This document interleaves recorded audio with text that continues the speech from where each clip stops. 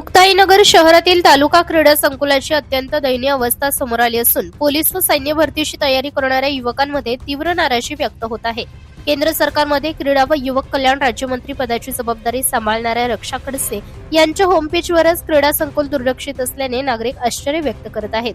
1999 मध्ये मंजूर झालेले जिल्ह्यातील पहिले क्रीडा संकुल तब्बल 25 वर्षांनंतरही अपूर्ण अवस्थेत असल्याचे वास्तव्य समोर आले आहे।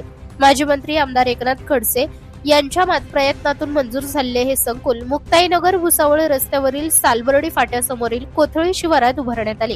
सार्वजनिक बांधकाम विभागाने सुमारे 1 कोटी रुपयांचा खर्च करून संकुल उभारले खरे, तरी आवश्यक सुविधा आजही पूर्ण झालेल्या नाहीत। संकुलाच्या संरक्षण भिंती अनेक ठिकाणी कोसळल्या आहेत। मैदानात मोठ्या प्रमाणात झाडे झुडपे वाढली असून चिखल आणि पाणी साचल्याने परिसर ओसाड बनला आहे।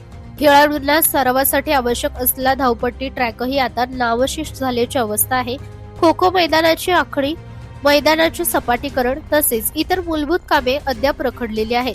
देखभालीसाठी कर्मचारी नसल्याने इमारतीच्या खिडक्यांची तावदाने तुटली असून संकुलात संध्याकाळनंतर मद्यपींचा वावर वाढत असल्याची तक्रार नागरिकांकडून करण्यात येत आहे। त्यामुळे क्रीडाप्रेमी आणि युवकांमध्ये संताप व्यक्त होत आहे।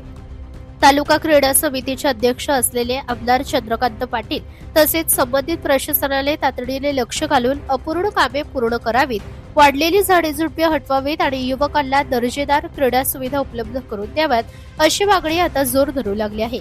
निधी अभावी कामे रखडल्याचे सांगितले जात असले तरी जिल्ह्यातील पहिल्या तालुका क्रीडा संकुलाची ही अवस्था प्रशासनाच्या अनास्थेचे प्रतीक असल्याची भावना नागरिक व्यक्त करत आहेत।